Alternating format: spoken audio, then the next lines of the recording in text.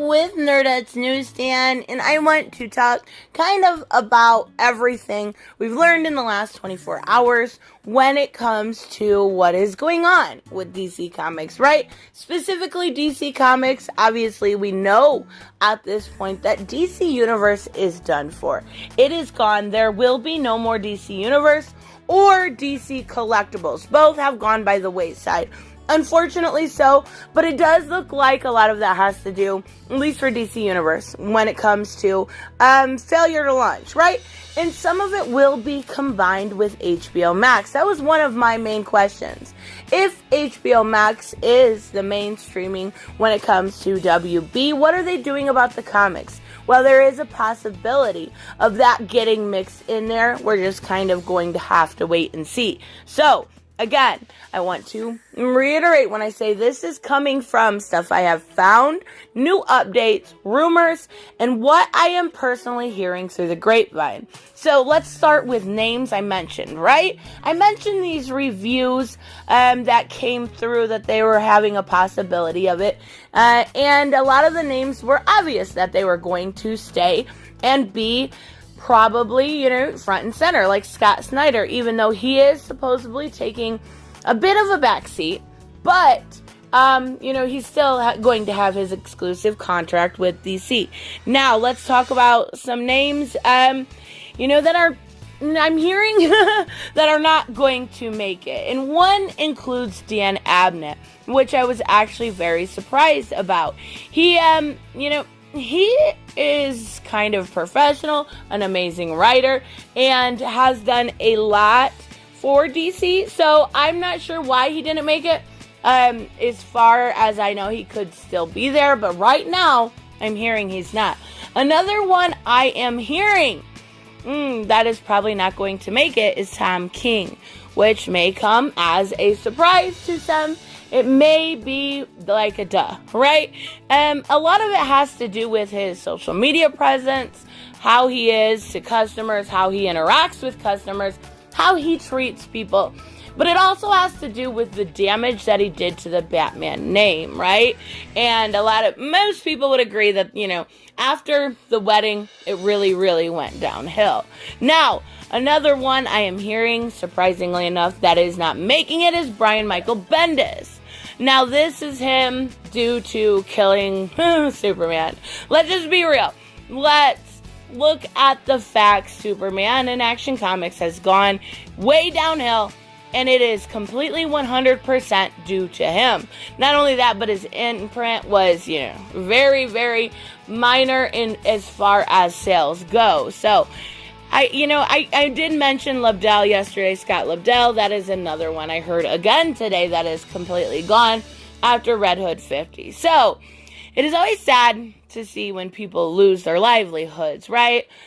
Please don't forget that when it comes to people you dislike. It just makes you look bad, not them, right? So, I feel bad for these people, but you have to look at it from a business standpoint. So, comics never progressed, right?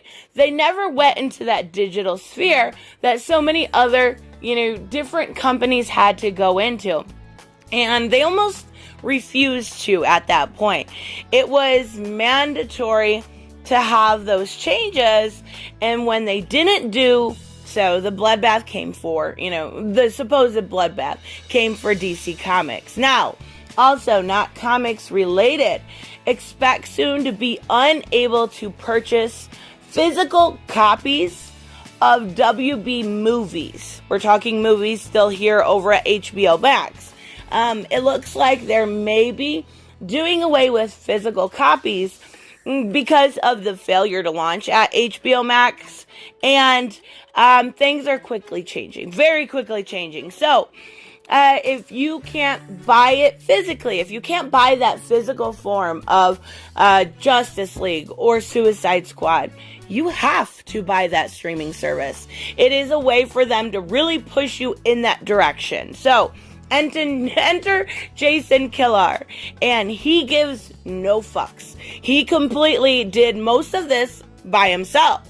What you heard of phase 1, right? Phase 1 was management. Now we are going into phase 2, as I've talked about different writers. That is phase 2. And phase 3 will be artists. Now I haven't heard any specific artist names. My personal takeaway from this is we'll see people like Robbie Rodriguez on the chopping block. Not that I didn't enjoy some of his art, but you have to not just look at the talent. You have to look at the way they treat customers. And that's going to be very important to DC very quickly, like yesterday. I'm not even kidding. So let's talk about, before I get into the women in charge, and I did kind of tease that in my community post, please remember, we asked for merit-based hiring. As a fandom, we asked for meritocracy. Now, they did that. They listened. They listened to what we had to say even when we didn't think they were. Now, they kind of promoted and hired, I guess is the best way to put it, 3 women. Deal with it. In the nicest way possible. We asked for meritocracy. These were the best people for the job. So this is all going off of that fact, right? Also remember, overseeing everything at this point, every creative decision is in the hands of Jim Lee's chief creative officer. When we seen Jeff Johns at that mark, DC was doing very well.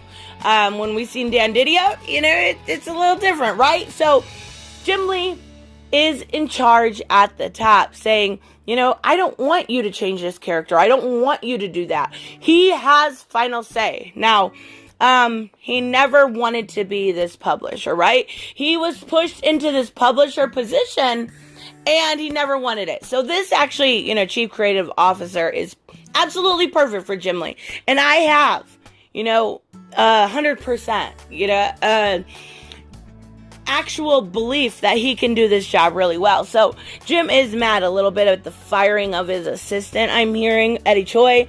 But even so, this spot is perfect for him. So running DC, let's get into the women, right? Marie Javins, Michelle Wells, and Nancy Spears. Now, Michelle Wells, the rest of the women I actually have a lot of faith in. Michelle Wells is the one that worries me only a little bit. And I will say she did greenlight YA novels, and she was in that position to do so. Which, oddly enough, are selling well. Those YA novels are doing good. So she proved her job was essential, right? And the YA novels are very woke. But let's think for a second who those YA novels are aimed at, right? They are aimed at the youth. And youth is a lot more woke than the actual comic book reader. That age range is a lot more accepting of progressive politics being put into it than anybody above 20, right? And most comic book readers, I think they finally realize who their target audience is when they already knew with YA novels. So I do think Michelle Wells in that position will do okay. What worries me in the sense that we've seen writers like Mariko Tamaki go from YA novels like Breaking Glass to being promoted to different titles that we're seeing now, such as Wonder Woman, which is completely underwhelming. 59 and 60 were absolutely underwhelming. There's nothing great about it. There's nothing that makes me want to continue to buy it, and I won't. I simply won't. Not to mention, the damage that she did at Marvel's She-Hulk. So Michelle Wells is the most questionable, for me, myself personally. But both Marie Jarvis and Michelle Wells are well known for, not having a different creative focus than progressives typically do. Not only that, but being more business oriented and focusing on business goals, running things like a business. So that is actually a really good sign. Now, these 3 will have a general manager. Oddly enough, DC wants someone from esports. I mentioned that yesterday. I don't know why. I don't know the connection whatsoever. But as long as they are a comic book fan first, I'm totally okay with that. they will, it'll be those three. Then the general manager, then Jim Lee will oversee everybody, right? So let's talk about the 2-year plan that is in effect or going into effect very, very soon. A lot of people will have a problem with this. Some won't.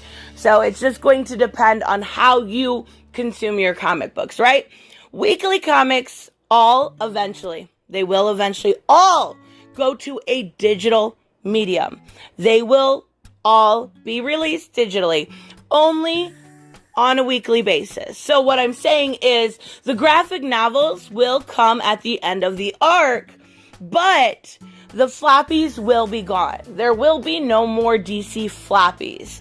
They will still do physical weeklies for a short time, right? To eventually phase out comic book stores completely. And at the end of the 2-year plan, by selling graphic novels to bookstores on Amazon, and there's even talks of possibly some sort of deal with Walmart. Now that obviously won't be the Black Label books or stuff like that, but for the more kid-friendly ones. So, I expect within the year to not have any more DC floppies, period. Now, you'll still be able to read it weekly, no problem. Just pick it up on Comixology or DC app. I don't ever use their app. I use Comixology personally. But, so there will be less overall physicals, right? Or not physicals, I'm sorry. Overall comics at all. So they're going to start phasing out, the underselling titles. They're not necessarily bad, but when they don't sell, they're going to start phasing them out. We are going to see a tighter run ship. And this has already begun actually quite a bit, and people didn't notice it. They canceled Batgirl. They canceled Supergirl.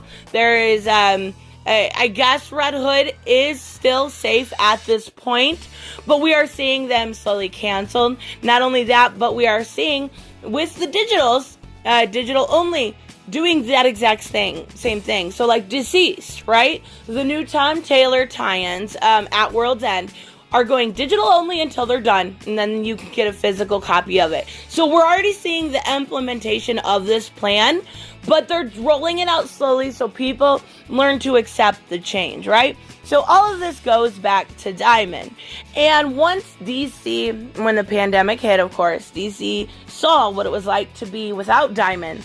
They were like, okay, this is better. This is better, right? We can do this. This is so much better. Unfortunately, you can kind of place that, at least personally, I place the blame on the, comic book stores when it comes to diamonds. Once they realize that they didn't need Diamond anymore, they were like, yeah, we need to fix this, and we're going to fix this now, and that's exactly what happened. And Diamond, never show your hand, because someone just might call your bluff, and that's what they did. So let's talk about unprofessionals, right? It won't, and what I'm hearing, again, I want to reiterate, rumor, I am hearing it through the grapevine. Unprofessionalism will not be tolerated, no more. You're my friend, you get a job, right? They're going for quality. Quality is going to be key. A lot of times in the comic book industry, there was a casting couch and you got a job that way, right? Right, women? Right, Heather? Okay. So, now, that's gone. No more, I know you, I like you. You want to work at DC? That's gone. It is all gone. They are not looking for quantity anymore. They are going by way of quality. So DC is now also going completely meritocracy. Meritocracy, what we've asked for so long. And everything will completely change. The hiring process has already started to change and will be forever changed. That is a huge deal. So the talent going forward has to be talented. That's a big deal. Comics will no longer be promotional pamphlets for the movies, right? Comics will no longer be simply made for Netflix stories. They want quality stories, and they're not going to put up with anything anymore.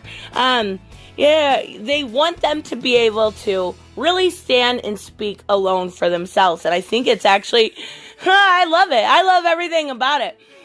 We kind of did see this coming. We all wanted this. Every single one, of you that I've interacted with have wanted this change. And please understand, as I'm telling you this, they listened. They listened. Even YA novels, like, yeah, there's a possibility, depending on, contractual obligations, that the next YA Bruce Wayne related novel could be Chris Claremont. If that's not quality, I don't know what is. Like, again, that could be rumor, but even so. So, they listen. Please understand. They have listened. And it's freaking amazing. All that work, all those reviews, all those things, just some guy, Zach, all these people. Now, I'm not talking about now when they're like, we told you so, we told you so, we told you so. I can't stand any of that at all.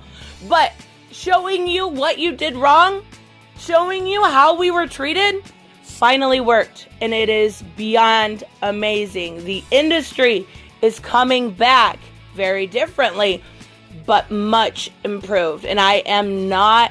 I'm not mad at all. I am so excited to see this change. Now, let's hope they stick by it. It does look like if they don't stick by it, they're fired. They're not messing around anymore. So just remember, if you get anything from this video, they listened. That is the important lesson, and I fucking love it. Anyways, let me know, of course, what you guys think. If you think I'm wrong. If you think it's exactly opposite. And I'm sure I'll get those comments like, oh, DC equals dead comic book company. Sure, buddy. Okay, I believe you. Anyways, let me know what you think, and I will see you in the next one. Bye-bye.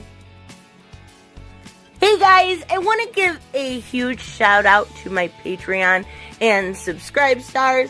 You guys literally make this channel possible. Huge thank you to Cage the Mick, Robert Mick Twiz, Black Knight Fool, Brucey, Chris Z, David L, David Rafford, Jeffrey Allen Carnes, Mighty Balls, Mike Buckner, Maizen Barbosa, Ruskar, Ryan Decker, Robert Hoffman, and Doc Holliday. You guys are absolutely amazing, and thank you so much for all your support. Don't forget on the way out to like as always if you enjoy the content and hit subscribe. And I will see you in the next one. Bye-bye.